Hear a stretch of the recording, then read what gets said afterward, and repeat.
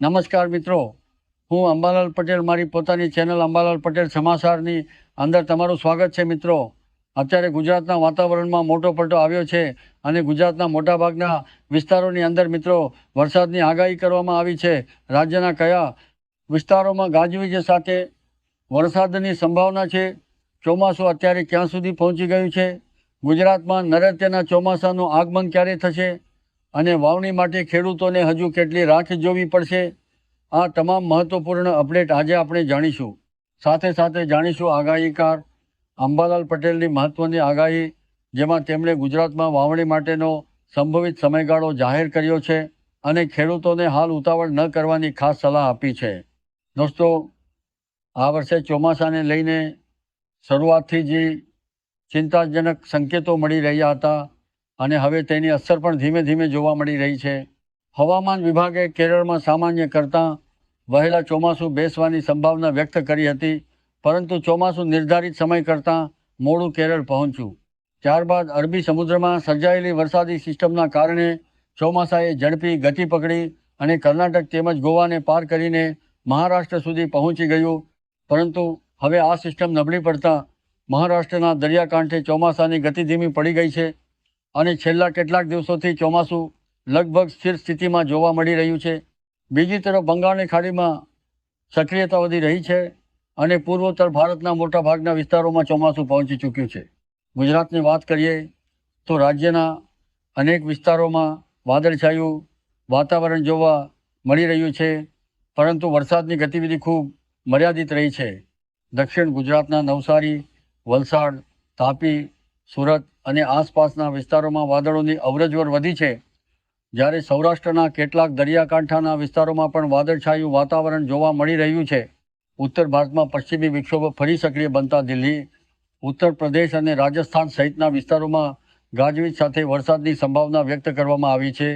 ભારતીય હવામાન વિભાગ દ્વારા જાહેર કરાયેલા તાજા નકશા મુજબ પૂર્વોત્તર ભારતના અનેક રાજ્યોમાં ચોમાસું આગળ વધી રહ્યું છે, જ્યારે અરબી સમુદ્ર તરફથી આવતી ચોમાસાની પાંખ મહારાષ્ટ્રના દરિયાકાંઠે અટકી ગઈ છે. પરિણામે ગુજરાતમાં ચોમાસું સામાન્ય સમય કરતાં મોડું પહોંચે તેવી શક્યતા વધુ મજબૂત બની રહી છે.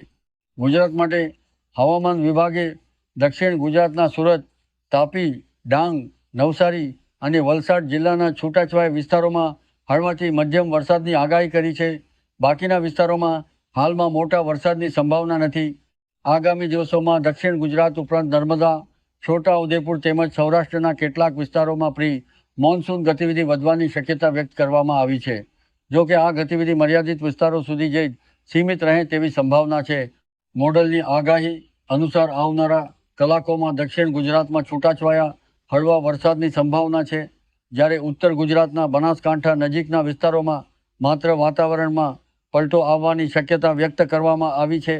સૌરાષ્ટ્રના કેટલાક વિસ્તારોમાં વાદળછાયું વાતાવરણ રહેશે, પરંતુ મોટા વરસાદની સંભાવના ઓછી છે.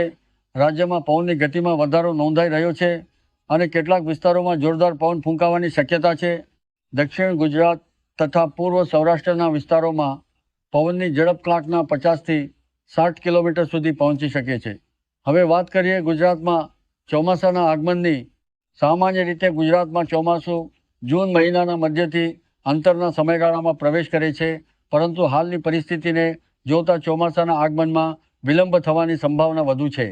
અરબી સમુદ્રમાંથી મળતો ભેજ ઓછો થવો, સોમાલિયા તરફથી આવતા જેટ પવનોની નબળી સ્થિતિ અને આરબ દેશોમાંથી આવતા સૂકા પવનોના કારણે ગુજરાત તરફ ચોમાસાની પ્રગતિ ધીમી પડી છે. નિષ્ણાતોના અનુમાન મુજબ 20મી જૂન પછી પરિસ્થિતિમાં ધીમે ધીમે સુધારો થઈ શકે છે અને ત્યારબાદ દક્ષિણ ગુજરાત તથા દક્ષિણ સૌરાષ્ટ્રમાં ચોમાસાની શરૂઆતના સંકેતો મળી શકે છે.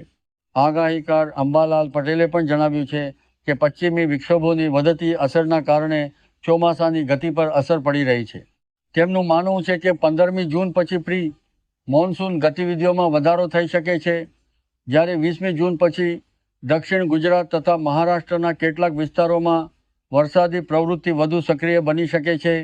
તેમણે વધુમાં જણાવ્યું છે કે સાચા અર્થમાં ચોમાસાની શરૂઆત 23મીથી 27મી જૂન વચ્ચે જોવા મળી શકે છે અને ત્યારબાદ રાજ્યના અનેક વિસ્તારોમાં વાવણીલાયક વરસાદની શક્યતા છે. ખાસ કરીને દક્ષિણ ગુજરાત, મધ્ય ગુજરાત અને સૌરાષ્ટ્રના કેટલાક વિસ્તારોમાં સારો વરસાદ નોંધાઈ શકે છે. ઉત્તર ગુજરાત અને કચ્છના કેટલાક વિસ્તારોમાં હજુ થોડી વધુ રાહ જોવી પડી શકે છે.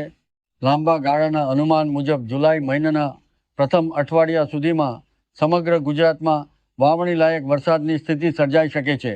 બંગાળની ખાડીમાં સંભવિત રીતે સર્જાનારી નવી સિસ્ટમ જો અનુકૂળ દિશામાં આગળ વધશે તો જૂન મહિનાના અંતિમ દિવસો અને જુલાઈના પ્રારંભમાં રાજ્યના અનેક વિસ્તારોમાં સારો વરસાદ નોંધાઈ શકે છે.